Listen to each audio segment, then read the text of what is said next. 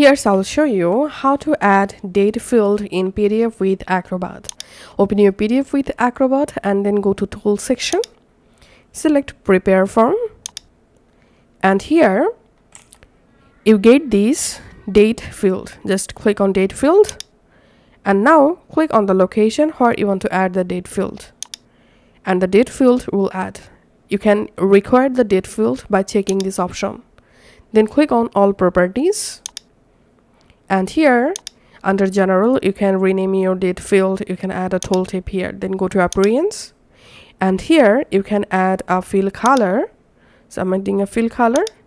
And you can also add a border. Then go to Position. You can position your date field from here. Go to Actions. Go to Format. And here, select Format category. Select Date. And now you can go ahead and select a date format from here. Then just click on Close and click on Preview.